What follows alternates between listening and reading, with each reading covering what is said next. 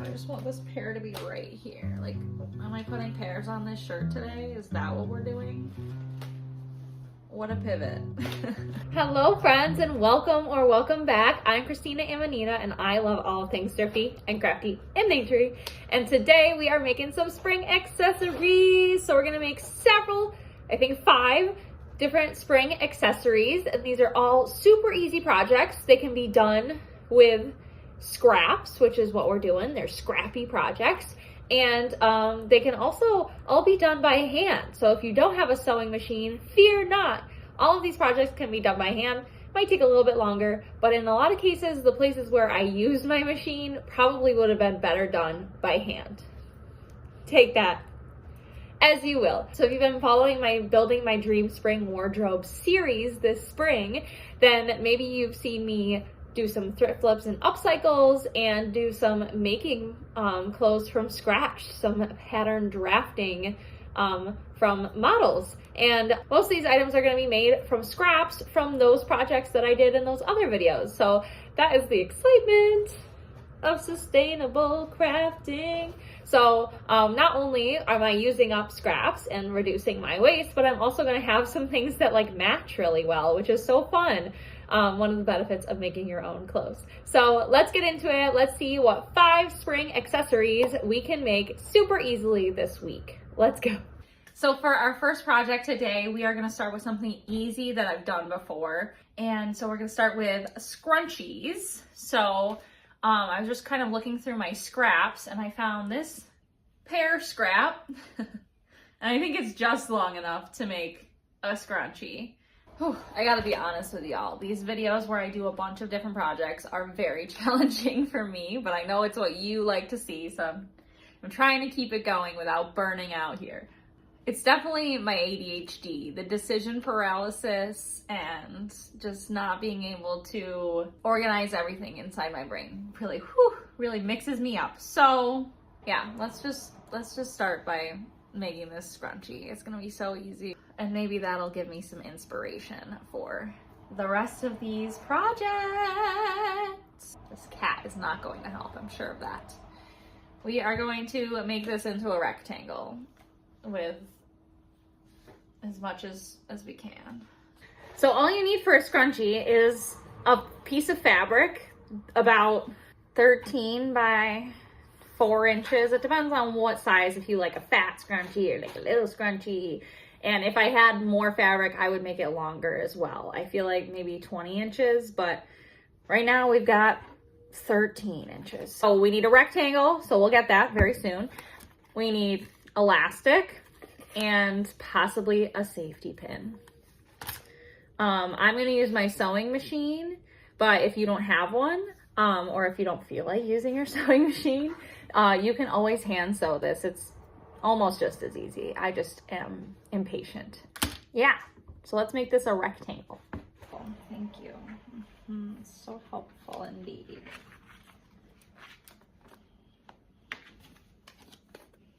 Okay, let's line it up like so. All right, I think this is the way we'll get the most bang for our buck. So I'm just gonna use this ruler as my guide. I'm sorry, excuse me.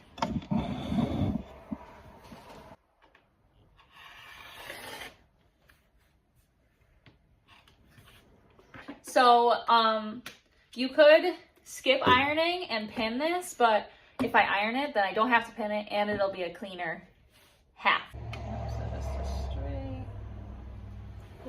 Okay, so now we sew with a tiny little seam allowance here all the way to the end.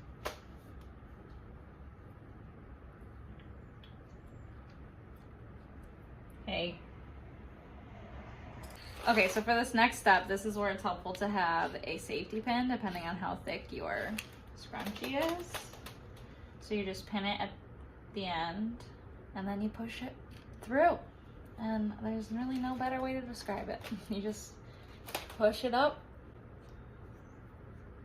I hate this. I truly hate doing this. I've done it way too many times. It's coming true.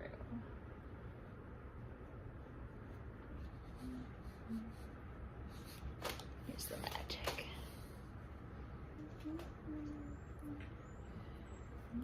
Hey. We're going to iron it and then we'll shove in our elastic. Okay, so hopefully you hung on to your safety pin because now we need it again to put the elastic inside of the thingy. And I don't really know how long I need it. I'm just gonna guesstimate. Approximately 9.5 inches long. And then we're gonna shove this baby through. All right, we got our 2 ends. So you can always actually sew these, but since they're so small, I just tie a knot. Okay, and now we just need to close it. So normally what I do is I fold in the end. Okay, so I fold in the end a little bit so there's no raw edge on both sides, and then I shove one inside the other and I sew that down and put as much or as little effort as you actually desire into this. Ain't nobody got time, I'm just gonna use the machine. Scrunchy, done. If you would like to see a video of me making some cat toys and things for this cat, let me know in the comments. Okay, so project number 2, I think we're gonna do something slightly more creative. So this is actually gonna be like a little badge, I think. I've seen these on Pinterest where it's a safety pin and then like a little piece of scrap fabric and like some embroidery or some like patchwork. So I think that's what we're gonna do next. And I drew up a couple of ideas for little motifs for all of these projects. I think I'm gonna start with the snail. The snail is the one that I wanna do the most. The steps that I think we should take is make the square, embroider the snail, and then put on a interfacing and another layer and maybe even some stuffing just to make it look kind of cute. Feels like the right order of events. So I just need to decide on a size here, and I've got some scraps. So luckily I can just cut it out of the scraps. Okay, so we're gonna pop this loom on here. Okay, we're gonna start with the spiral because I think it should be kind of right in the middle. And we've got all of these fun little guys. There's not really any purple here though. Hold on. All right, I found it. Okay, I think I like this color. So this project requires a safety pin, obviously embroidery floss, but you could do it with just regular thread if you wanted to do more of a patchwork situation. So in that case, you would need some different fabrics, and obviously we need some back fabric. I think that's it. I'm gonna use interfacing and I'm gonna maybe stuff it with just some old scraps that I have, like old threads and stuff, just to give it a little bit of texture, but you don't need to do that. So this is really a very easy, accessible craft. All right, so here we go. We're going in, we're making a spiral to start. I cannot remember what any of the stitches are called, but I'm doing the one where you like go forward and then back. Is that the back stitch? Okay, so let's explain that a little bit better. So I come up and then I go back down the last stitch, the same hole. And that's how I get a line.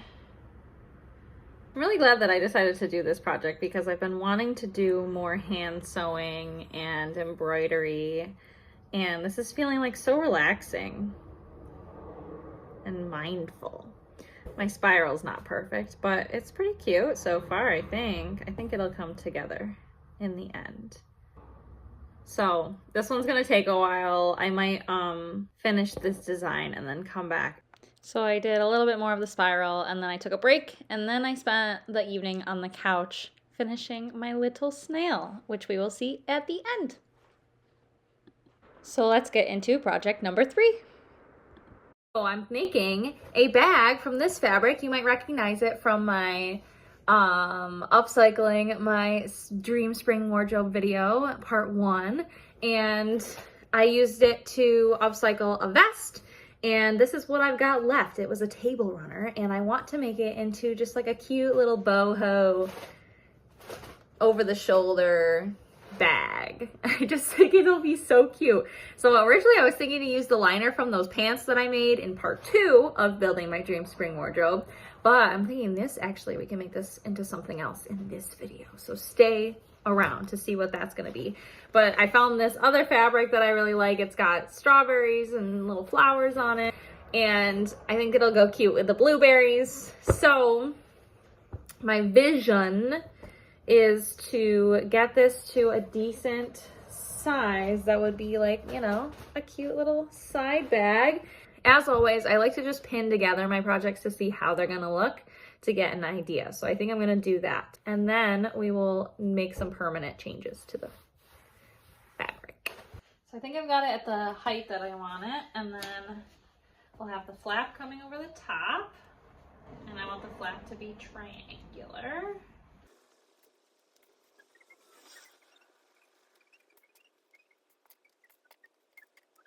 This was approximately like this. And we've got a strap. Oh my god, it's so cute. Okay, so I cut my 2 pieces down to size and I serged the edge with it, or I zigzagged the edge because I don't have a serger. And then I used them to make my liner pieces. And I'm thinking the best way to do this is to sew together the sides and the bottom, right sides together. We'll leave the top triangle, and then we'll sew the top triangle right sides together with the outside so that this is all encased, because the sides don't need to be. And then we'll sew together the 2 sides. Let's sew these pieces together as best we can.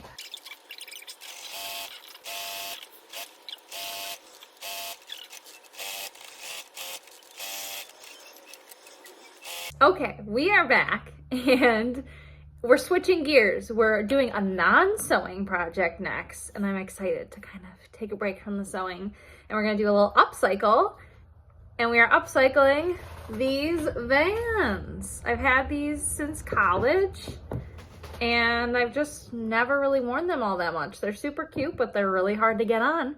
And I spent a lot of money on them, so I'm hoping that I can make them work in this video. Step 1 is we're gonna replace the shoelaces with elastic. Brilliant, right? I really hope this works.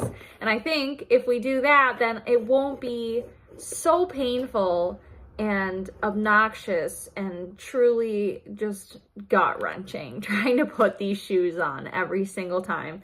I don't know how people do it. If you wear shoes like this all the time, like, let me know. I see people wearing them all the time, and I literally cannot get my foot into this freaking thing unless I loosen everything so much. It's such a hassle. So we're gonna try this. We're gonna avoid the whole freaking shebang. We're gonna put on elastic. And I thought while we're doing that and replacing the elastic, replacing the shoelace, we could put on some beads. So I grabbed out my beads. And this is easily replaceable, right? So maybe we'll put a bead or 2 on. So we're gonna start with just 1 shoe. We're gonna lace it up with the elastic and just see if it actually is easier to put on like that. I hope it is. Fingers crossed. Let's find out. So I started by just experimenting with the elastic to see how much length I needed, how I was going to pass it back and forth, and how I was going to get it into these holes because it was kind of thick and didn't have an aglet like normal shoelaces. So just a little experimentation. And then once I had the elastic where I wanted it, I tied some knots so that I could try it on and see how it felt. Success! All right, so they slip on so easily. They come off really easily. I think they need to be slightly tighter just so that they feel a little more secure, but pretty good. I don't know that I like the pattern that I did here. I think I'm gonna play around with it a little bit more. And then I couldn't find any beads that were big enough to go onto this elastic, but I will keep searching. Maybe I'll put some on jump rings or something. Let's see.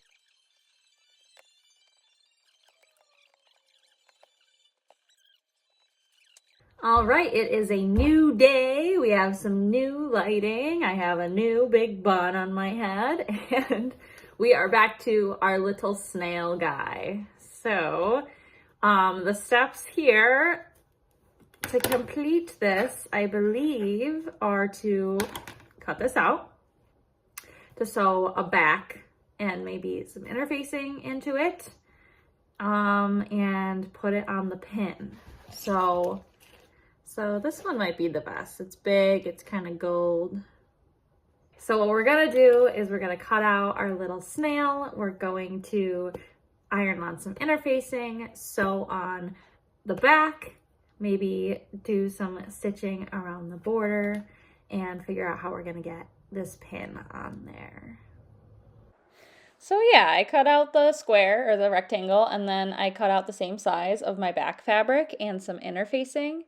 And then I ironed everything to make it nice and flat. I grabbed out some scrap fabric to make the little loop to hold on to the safety pin.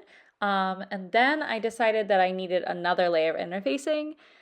And then I ironed the loop so that it was folded over, and I put everything together, all the layers, so that I could finally sew it around the edge.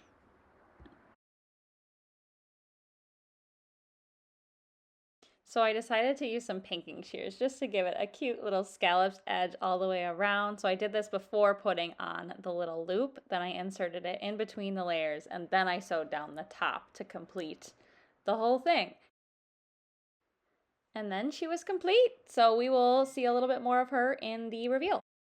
This nail turned out so cute, and it has invigorated me to get to our next project, which is a 18th century tie-on pocket. I made one of these in a recent video, which you can check out here. And I just want to make another one. I want to adjust the pattern a little more and make another one. So the one that I made before, I started pretty small. Here's my original pattern. So I just want to make it slightly bigger, maybe a little bit. Like maybe this is a small and I want a medium. So give it a little more girth. And I also want to make it like one that's a little bit cuter and more comfortable, because the last one was kind of just like a toile or a mock-up. So first I'm just going to make this pattern bigger. I really like the shape. I'm just going to try and make it bigger. I'm going to make it as big as this piece of paper will allow. I think that is plenty big.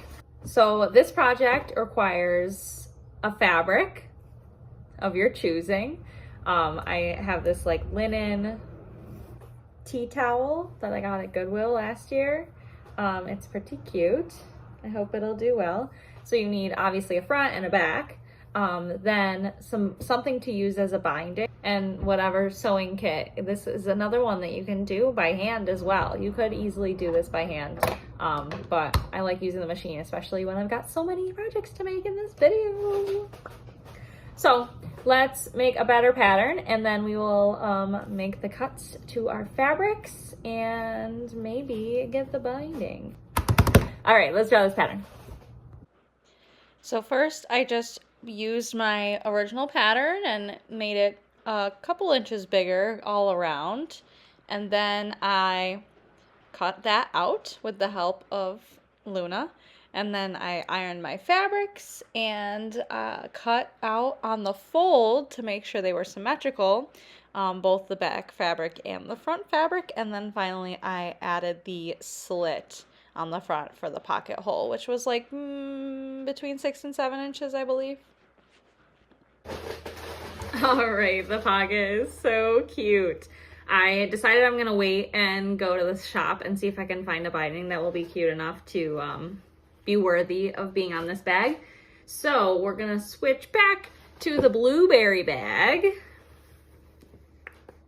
So I've just been making some adjustments on the top and everything. I haven't sewed it shut yet, but I was thinking about the strap, and I think that I can use this jean leg for the strap because we're keeping it scrappy here. This was a scrap from my grandma, and I think it'll be cute. So I just got to figure out if I want to make it a tube and turn it out or do a double fold.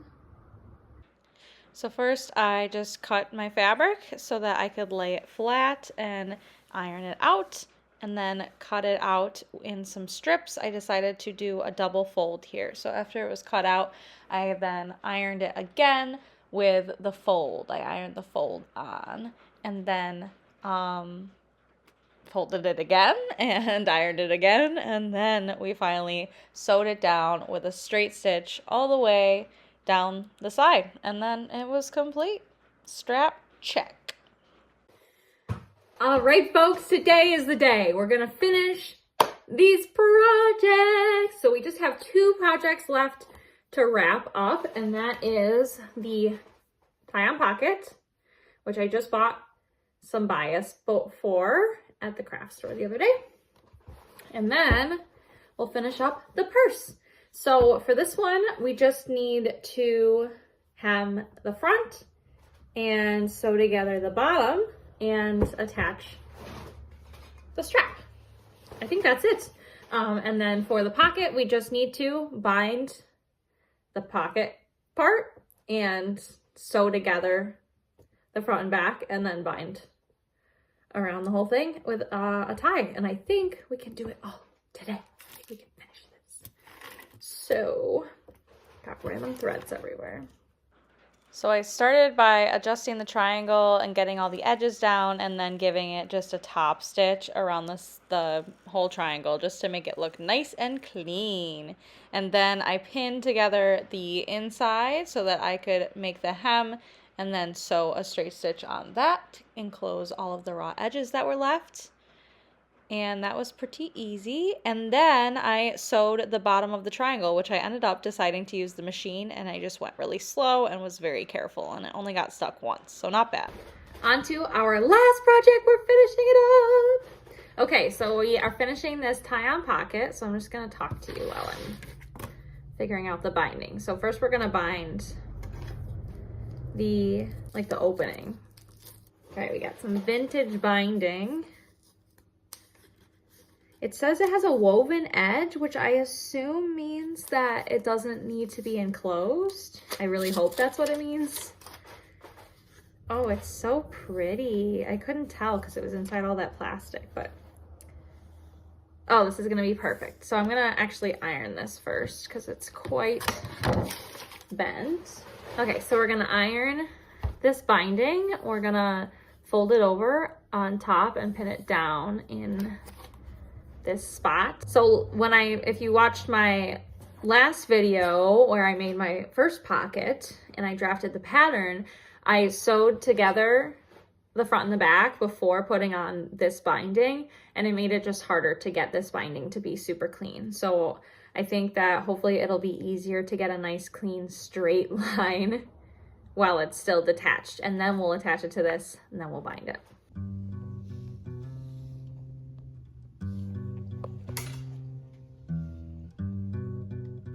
All right, final steps. I ironed out the binding, I pinned it on, sewed it down to the pocket hole, and then I sewed right sides together for the front and back of the pocket, and I don't have that footage, but I did do it. And then I cut the edges with my pinking shears, turned it out, and ironed it down to get those nice clean curves. And then for multiple reasons, I decided instead of doing binding on the outside to just do a top stitch all the way around to get that structure that I was hoping to get from the binding without actually having to do binding. And the last step I decided to do off camera. So that's it. So first, of course, the pear scrunchie. I think the colors are really cute. It's a nice soft material and it's a good size. I think it works perfectly. Nice and functional scrunchie. And there's not really much else to say about it. Looks pretty cute. Easy peasy. Highly recommend this project. Next was the cute little snail. I think it came out so cute. The swirl is pretty good. The colors are lovely. It's nice and shiny. I think the size and shape is perfect. My only complaint is that the safety pin, the needle is kind of big. It kind of makes a hole in my fabric. So maybe if I was going to make another one, I would choose a safety pin that is a little more fabric friendly. But other than that, it is super cute. I can't wait to see what cute things I can put this on this spring. Some bags, some coats, some other clothes. Yay. Okay, the blueberry bag, it came out pretty cute. The shape is pretty much what I was looking for.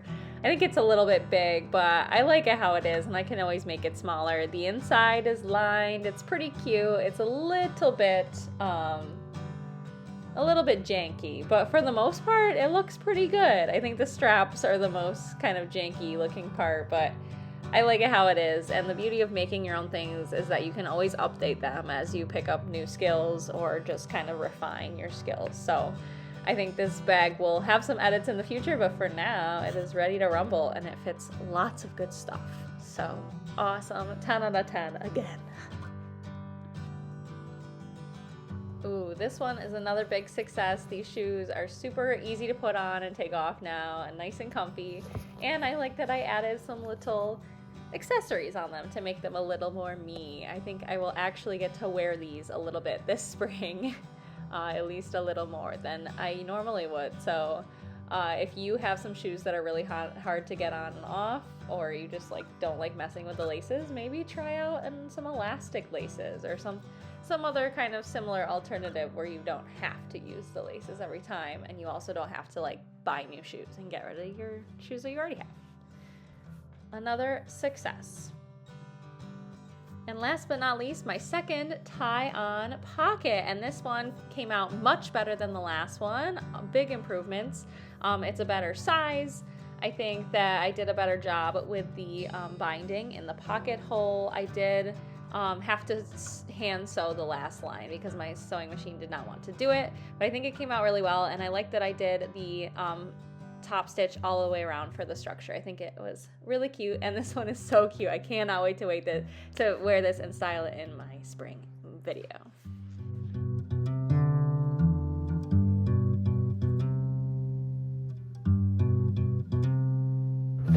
All right, friends, I think that is it. We did them all. We made them all. We used up our scraps, and we had some fun. We practiced some different techniques with binding and curves and hand sewing, embroidering, all sorts of fun stuff. So we really pushed the limits today. My sewing machine says no more today, please give me a break. She's fuming. So I hope you had fun making some of these along with me. I hope I inspired you to make some cool spring accessories for yourself. And I hope to see you in the next one, where I'll be actually trying on and styling all of the things that I've made so far in my Building My Dream Spring Wardrobe series. So this is the culmination, I suppose, of all of my hard work. Hopefully I will be styling most of these pieces in my spring styling video. So if that sounds fun to you, like and subscribe and hit the bell to be notified when that video comes out. And I hope that you have a wonderful week. Thank you so much for being here, and I'll see you in the next one. Bye.